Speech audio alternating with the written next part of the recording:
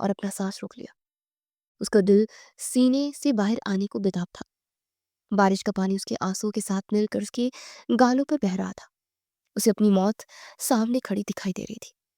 وہ دل ہی دل میں ارسل کو پکار رہی تھی۔ وہ سوچ رہی تھی کہ کاش ایک بار ارسل کو بتا سکتی کہ اس نے دھوکہ نہیں دیا۔ کاش وہ بتا سکتی کہ وہ اس سے کتنی محبت کرتی ہے۔ غنڈوں کے قدموں کی آواز قریب آتی جا رہی تھی۔ ایک سایہ اس دیوار کی طرف پڑا جہاں فریال چھپی تھی۔ ٹارچ کی روشنی ادھر ادھر گھوم رہی تھی۔ اچانک روشنی کا دائرہ فریال پر پڑا۔ وہ سکڑی ہوئی سمٹی ہوئی بیٹھی تھی۔ روشنی پڑتے اس آدمی کے چہرے پر ایک ظالمانہ مسکراہٹ پھیل گئی۔ مل گئی یہاں یہ لڑکی۔ اسے زور سے اپنے ساتھیوں کا آواز دی۔ فریال نے خوفزدہ ہو کر آنکھیں کھولی تو اسے اپنے سامنے موت کھڑی نظر آئی۔ اس نے اٹھ کر بھاگنے کی کوشش کی لیکن خوف کی وجہ سے اس کی ٹانگوں نے جواب دے دیا۔ وہ وہیں زمین پر گر گئی۔ باقی آدمی بھی وہاں جمع ہو گئے۔ فریال نے چیخنا چاہا مگر خوف نے اس کی آواز گلے میں دبا دی۔ اسے لگا کہ اب سب ختم ہو گیا۔ اس کی نظریں گلی کے موڑ پر لگی کہ شاید کوئی معجزہ ہو جائے، لیکن اسے نہیں معلوم تھا کہ طوفان اس کی حفاظت کے لیے راستے میں ہے، جو ہر چیز کو تہس نہس کرنے کے لیے آیا تھا۔ ارسل کی گاڑی کچھ فاصلے پر پہنچ چکی تھی، مگر کیا وہ اس آخری لمحے میں فریال کو ان درندوں سے بچا پائے گا؟ یہ سوال بارش کی ہر بوند کے ساتھ گونج رہا تھا۔ گنڈوں کے ہاتھ فریال کی جانب بڑھ ہی رہے تھے کہ اچانک گلی کے موڑ سے تیز روشنی ان کی آنکھوں میں چبھنے لگی۔ گاڑی کے ٹائروں کے رگڑ کھانے کی ایک زوردار اور خوفناک آواز گونجی جس نے سب کو چونکا دیا۔ ایک تیز رفتار گاڑی پوری قوت سے بریک لگاتی ہوئی اس کے بالکل قریب آ کر رکی۔ اس سے پہلے کہ وہ کچھ سمجھ پاتے، گاڑی کا دروازہ کھلا اور ارسل کسی بچھڑے ہوئے شیر کی طرح باہر نکلا۔ اس وقت ارسل کی آنکھوں میں خون اتر آیا تھا۔ اسے سامنے کھڑے آدمیوں کو دیکھا جو فریال کو گھیرے ہوئے تھے۔ کہ منظر دیکھ کر اس کے صبر کا پیمانہ لبریز ہو گیا۔ وہ ایک لمحہ ضائع کے بغیر ان پر جھپٹ پڑا۔ یاور کے بھیجے ہوئے غنڈے تعداد میں 4 تھے، مگر ارسل کا جنون ان سب پر بھاری تھا۔ اس نے پہلے آدمی کو گریبان سے پکڑ کر اتنی زور سے دیوار کے ساتھ پٹکا کہ وہ کراہتا ہوا زمین پر گر گیا۔ بارش مسلسل برس رہی تھی اور اس طوفانی رات میں ارسل کا غضب عروج پر تھا۔ باقی تینوں نے مل کر ارسل پر حملہ کر دیا۔ ایک گمسان سی لڑائی شروع ہو گئی۔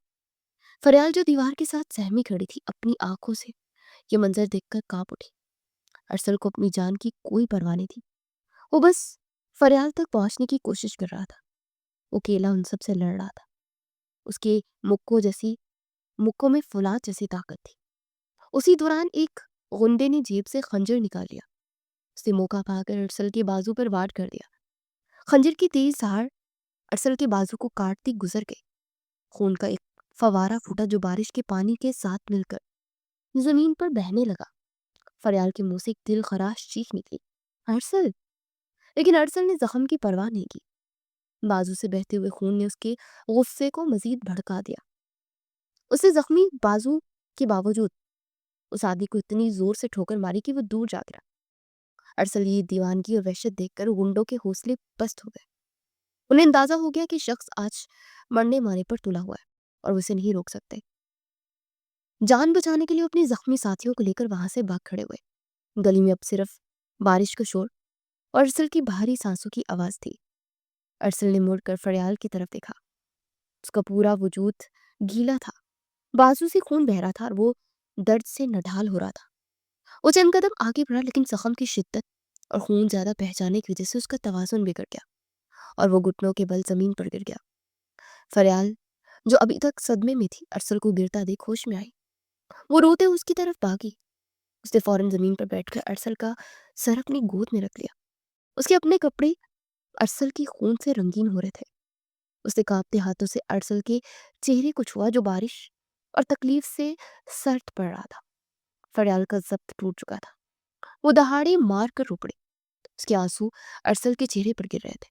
ارسل ارسل آنکھیں کھولے، آپ کو کچھ نہیں ہوگا، آپ مجھے چھوڑ کر نہیں جا سکتے۔ ارسل نے نیمبا آنکھوں سے فریال کو دیکھا۔ اس کی نظروں میں فریال کے لیے بے پناہ فکر تھی۔ فریال نے روتے اپنا سر ارسل کی سینے پر رکھ دیا اور وہ سچ بول دیا جو اس نے اب تک چھپا رکھا تھا۔ مجھے معاف کر دیں، میں نے آپ سے جھوٹ بولا تھا، مجھے آپ کی دولت نہیں چاہیے، مجھے عیش نہیں کرنی، مجھے صرف آپ چاہیے، ارسل، صرف آپ۔ میں آپ کو کھونا نہیں چاہتی ہوں، خدا کے لیے مجھے چھوڑ کر مت جائیے گا۔ فریال کے الفاظ بارش کے شور میں واضح گونج رہے تھے۔ ارسل نے درد کی شدت میں بھی اس کے اعتراف کو سنا، اور اس کے لبوں پر ایک بہت دھیمی کمزور سی مسکراہٹ ابھری۔ اسے لگا جیسے اس کے لیے سارے زخم بھر گئے۔ اسے فریال کی آنکھوں میں اپنے لیے وہ تڑپ نظر آ گئی جس کی اسے تلاش تھی۔ وہ اپنا ہاتھ اٹھا کر فریال کے آنسو پوچھنا چاہتا تھا، اسے بتانا چاہتا تھا کہ میں بھی تم سے محبت کرتا ہوں، مگر اس کے جسم میں اب حرکت کرنے کی طاقت نہیں رہی تھی۔ اس کی آنکھیں بند ہونے لگی تھی اور ہاتھ زمین پر ہی رہ گئے۔ فریال نے ارسل کو خاموش اور آنکھیں بند کرتے دیکھا تو اس کا دل ڈوبنے لگا۔ اسے لگا شاید ارسل نے اس کی بات کا یقین نہیں کیا، یہ شاید اب بہت دیر ہو چکی ہے۔ اس کے ذہن میں وسوسے سر اٹھانے لگے کہ ارسل نے اس کے اعتراف پر کوئی جواب کیوں نہیں دیا؟ کیا وہ اب بھی اسے لالچی سمجھتا ہے؟ فریال نے آسمان کی طرف دیکھ کر مدد کے لیے پکارا، اور پھر اپنی پوری طاقت سے چیخ کر مدد کے لیے آوازیں دینے لگی۔ ویران گلی میں اس کی فریاد گونجتی رہی جبکہ ارسل اس کی گود میں بے ہوش پڑا تھا، اور بارش ان دونوں کو بھگو رہی تھی جسے ان کے ماضی کے سارے داغ دھو دینا چاہتی ہوں۔ ہسپتال کی راہداری میں موت جیسا سناٹا طاری تھا۔ جراثیم کش ادویات کی مخصوص بو فضا میں رچی ہوئی تھی۔ آپریشن تھیٹر کے باہر بینچ پر بے جان تصویر بڑھ رہی تھی، ان کے ساتھ سارا رو کر نڈال ہو چکی تھی۔ کچھ فاصلے پر فریال دیوار سے ٹیک لگائے خاموش کھڑی تھی۔ اس کا لباس ابھی بھی خون اور کچرے سے آلود تھا، مگر اسے اپنے حلیے کی کوئی پرواہ نہیں تھی۔ اس کی نظریں بس سامنے بند دروازے پر جمی تھی جہاں ڈاکٹر ارسل کی زندگی بچانے کی کوشش کر رہے تھے۔ تھوڑی دیر بعد فریال کے والدین رضیہ بیگم اور بشیر صاحب بھی ہانپتے ہوئے وہاں پہنچ گئے۔ انہیں سارا نے فون کر کے اطلاع دی تھی۔ بشیر صاحب نے فریال کی حالت دیکھی تو ان کی دل کو دھچکا لگا۔ وہ آگے بڑھ کر بیٹی کے سر پر ہاتھ رکھنے ہی والے تھے کہ دروازہ کھلا اور ڈاکٹر باہر آئے۔ سب لوگ فوراً ان کی طرف لپکے۔ ڈاکٹر نے اطمینان کا سانس لیتے ہوئے بتایا، ارسل خطرے سے باہر ہے، زخم گہرا تھا اور خون کافی بہہ گیا تھا، مگر اب وہ ہوش میں ہے۔ ارسل کو کمرے میں منتقل کیا گیا تو سب اسے دیکھنے اندر گئے۔ ارسل بستر پر لیٹا تھا، اس کا رنگ زرد تھا اور بازو پر پٹی بندی تھی، مگر اس نے سب کو دیکھ کر کمزور سی مسکراہٹ دی۔ فریال دروازے کے پاس کھڑی اندر داخل ہونے کی ہمت نہیں کر پا رہی تھی۔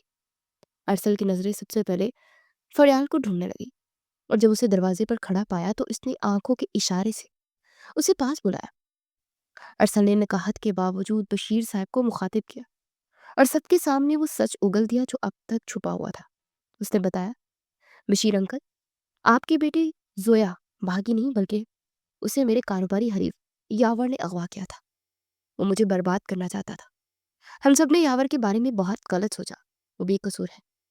یہ سن کر رضیہ بیگم کی چیخ نکل گئی اور بشیر صاحب کی آنکھوں سے آنسو جاری ہو گئے۔ ارسل نے پھر فریال کی طرف دیکھا اور فخر سے کہا، اور آج اگر میں زندہ ہوں تو زویا کا سچ سامنے آیا ہے تو صرف اس بہادر لڑکی کی وجہ سے۔ فریال نے اپنی جان خطرے میں ڈال کر یاور کا پیچھا کیا اور ثبوت حاصل کیے۔ اس نے اکیلے یاور کے گنڈوں کا مقابلہ کیا۔ مجھے اپنی بیوی پر فخر ہے۔ بشیر صاحب نے نم آنکھوں سے آگے بڑھ کر ارسل کا ماتھا چوما اور فریال کو گلے لگا لیا۔ کمرے میں موجود ہر شخص کی آنکھیں نم تھی اور سب کے چہروں سے فریال کے لیے عزت اور محبت پھوٹ رہی تھی۔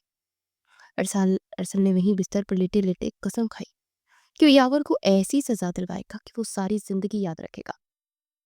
اگلے چند گھنٹوں میں حالات تیزی سے بدلے۔ ارسل کے دیے گئے بیانات اور فریال کے ثبوتوں کی بنا پر پولیس نے کارروائی کی اور یاور کے خفیہ ٹھکانے پر چھاپا مارا۔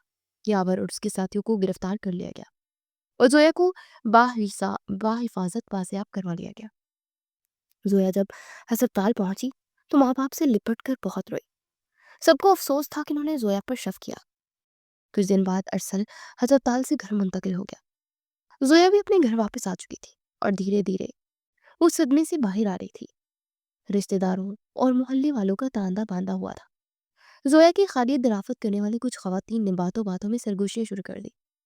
ڈرائنگ روم میں بیٹھی ایک خاتون نے دوسری سے کہا، ویسے تو ارسل کی منگنی پہلے زویا سے ہوئی تھی، اب جب زویا واپس آ گئی ہے اور بے گناہ ثابت ہو گئی ہے تو قاعدے سے ارسل کی شادی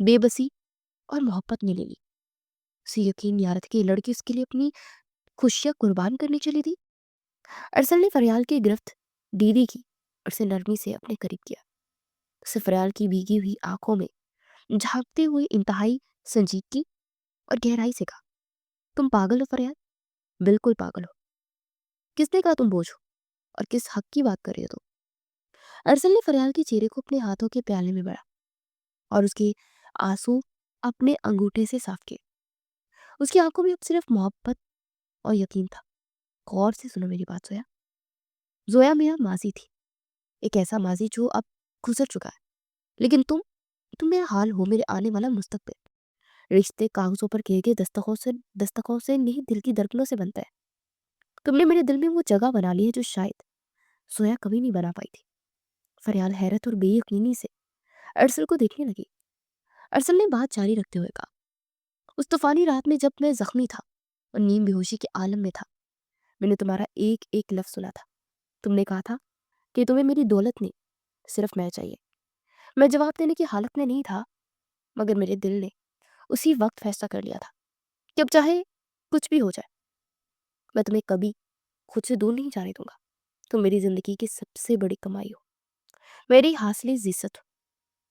ارسل کے اس اعتراف نے فریال کے دل سے سارے وسوسے، سارے ڈر، ساری غلط فہمیت دھو ڈالی۔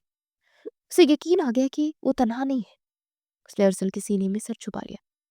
ارسل نے اسے اپنی باہوں کے حصار میں لے لیا، ایک ایسا حصار جہاں صرف سکون اور تحفظ تھا۔ کچھ دیر خاموشی رہی۔ یہ خاموشی بہت خوبصورت تھی کیونکہ اب اس میں کوئی شکوہ نہیں تھا۔ ارسل نے فریال کے سر پر تھوڑی ٹکا کر سرگوشی کی۔ آج کے بعد اگر کبھی مجھ سے دور جانے کا سوچا بھی تو میں دنیا سے لڑ جاؤں گا، مجھے تم چاہیے ہو، صرف تم۔ فریال نے اس بات میں سر ہلا دیا اور اپنی گرفت مضبوط کر لی۔ اس رات اس خالی لاؤنج میں دو دل ہمیشہ کے لیے کھو گئے۔ وہ سمجھوتا جو نفرت اور لالچ کی جھوٹ سے شروع ہوا تھا، آج محبت کی سب سے سچی حقیقت میں بدل چکا تھا۔ وقت اپنی رفتار سے گزرتا رہا اور اس گزرتے وقت نے ماضی کے تمام زخموں پر مرہم رکھ دیا۔ وہ گھر جو کچھ عرصہ پہلے تک سازشوں، خوف، غلط فہمیوں کی دھن میں لپٹا ہوا تھا، اب وہاں خوشیوں کا سویرا ہو چکا تھا۔ آج کا دن اس خاندان کے لیے بہت اہم تھا۔ زویا کی شادی شہر کے ایک انتہائی معزز اور شریف گھرانے میں طے ہو گئی تھی۔ زویا جو ماضی کے صدمے سے نکل کر اپنی نئی زندگی کی شروعات کرنے جا رہی تھی، اس کے چہرے پر اطمینان اور خوشی دیدنی تھی۔ اسے ایک ایسا جیون ساتھی ملا تھا جو اس کی قدر کرتا تھا اور اسے ماضی سمیت اپنانے کو تیار تھا۔ شادی کی تقریب میں پورا خاندان اکٹھا تھا۔ پی جان سٹیج پر ایک بڑی سی کرسی پر برجمان تھی اور آنے والے مہمانوں کو دعائیں دے رہی تھی۔ ان کے چہرے پر ایک ایسی روحانی مسکراہٹ تھی جیسے انہوں نے اپنی زندگی کا ہر فرض پورا کر دیا ہو۔ رضیہ بیگم اور بشیر صاحب مہمانوں کی آؤ بھگت میں مصروف تھے۔ بشیر صاحب کا سر آج فخر سے بلند تھا۔ ان کی دونوں بیٹیاں اپنے اپنے گھروں میں آباد اور خوش تھی۔ ایک باپ کے لیے اس سے بڑھ کر سکون کا لمحہ اور کوئی نہیں ہو سکتا۔ سارا جو گھر کی رونق تھی، ہر انتظام کو باریکی سے دیکھ رہی تھی۔ کبھی وہ سٹیج پر زویا کے پاس آتی تو کبھی مہمانوں کے کھانے پینے کا جائزہ لیتے۔ اس گہما گہمی کے درمیان ہال میں کونے میں ارسل اور فریال کندھے سے کندھا ملائے کھڑے تھے۔ ارسل نے ایک نظر سٹیج پر بیٹھی خوش و خرم زویا پر ڈالی اور پھر اس کے لبوں پر اطمینان کی مسکراہٹ پھیل گئی۔ اس نے آہستگی سے فریال کی طرف دیکھا جو انتہائی وقار کے ساتھ کھڑی تھی اور مہمانوں کو دیکھ رہی تھی۔ ارسل نے سرگوشی کے سے انداز میں کہا، دیکھا تم نے، سب کچھ کتنا ٹھیک ہو گیا۔ اگر تم اس دن ہمت نہ ہارتی اور میرا ساتھ نہ دیتی تو شاید آج ہم یہ خوشی کا دن نہ دیکھ پاتے۔ فریال نے ارسل کی آنکھوں میں دیکھا جس میں اب صرف محبت اور ستائش تھی۔ اسے مسکرا کر جواب دیا، سب اللہ کا کرم اور آپ کے بھروسے کا نتیجہ ہے۔ جب نیت صاف ہو تو راستے خود بخود ہموار ہو جاتے ہیں۔ شادی کے ہنگاموں اور رخصتی کے جذباتی لمحات کے بعد رات کے سب گھر والے واپس حویلی لوٹے۔ تھکاوٹ کے باوجود سب کے چہروں پر خوشی کی چمک تھی۔ بی جان، ارسل، فریال، سارا اور فریال کے والدین لاؤنج میں اکٹھے بیٹھے چائے پی رہے تھے۔ ماحول پرسکون اور اپنائیت سے بھرپور تھا۔ ارسل نے چائے کا کپ میز پر رکھا اور اچانک اس کی آنکھوں میں وہی پرانی شرارت جاگی جو ان کی پہلی ملاقات میں ہوا کرتی تھی۔ اسے سب کی موجودگی میں فریال کی طرف رخ کیا اور سنجیدہ بننے کا ڈرامہ کرتے پوچھا، ویسے فریال بیگم، اب سب کچھ سیٹ ہو گیا تو تمہارا کیا ارادہ ہے؟ وہ شادی کی پہلی رات والا وعدہ یاد ہے نا؟ کیا ابھی بھی میری دولت پر عیش کرنے کا پلان ہے یا ارادہ بدل گیا ہے؟ ارسل کی یہ بات سن کر سارا کے منہ سے ہنسی کا فوارہ چھوٹا اور بی جان بھی مسکرا دی۔ رضیہ بیگم اور بشیر صاحب حیرت اور دلچسپی سے ان دونوں کو دیکھنے لگے۔ فریال پہلے تو لمحے بھر کے لیے چھین گئی، اس کی گالوں میں حیا کی سرخی دوڑ گئی، لیکن پھر اس نے اسی اعتماد سے ارسل کی آنکھوں میں دیکھا جو کہ اس کی پہچان بن چکا تھا۔ فریال اپنی جگہ سے اٹھی اور سب کے سامنے دادی اور اپنی ساس سسر کے ادب کو ملحوظ خاطر رکھتے ہوئے مسکراتی ہوئے ارسل کے قریب آئی۔ اس نے بڑے حق اور پیار سے ارسل کی قمیض کا کالر درست کیا اور ایک گہری معنی خیز نظر اس پر ڈالتے بولی، جی بالکل ارسل صاحب، میرا ارادہ کیوں بدلے گا؟ میں آج بھی اپنی بات پر قائم ہوں کہ مجھے عیش کرنی ہے۔ وہ ایک لمحے کے لیے رکی۔ میں کمرے میں موجود سب لوگ اس کے جو اگلے جملے کے منتظر تھے۔ فریال نے اپنی بات مکمل کرتے ہوئے کہا، کیونکہ اب مجھے پتہ چل گیا کہ میری زندگی کی سب سے قیمتی اور نایاب دولت یہ بینک بیلنس نہیں بلکہ یہ پورا خاندان ہے، اور سب سے بڑھ کر آپ ہے، اور اس دولت پر صرف میرا حق ہے جسے میں پوری زندگی دونوں ہاتھوں سے سمیٹوں گی۔ فریال کا یہ خوبصورت محبت بڑا جواب سن کر ارسل بیک کر کھلکھلا کر ہنس پڑا۔ بی جان نے جیتے رہو کی دعا دی اور پورا لاؤنج کہکوں اور خوشیوں سے گول اٹھا۔ یہ دو دلوں کا وہ خوبصورت سفر تھا جو تکرار سے شروع ہوا اور ایک اٹوٹ بندھن پر تمام ہوا، جہاں زندگی کا اصل حاصل ایک دوسرے کا ساتھ تھا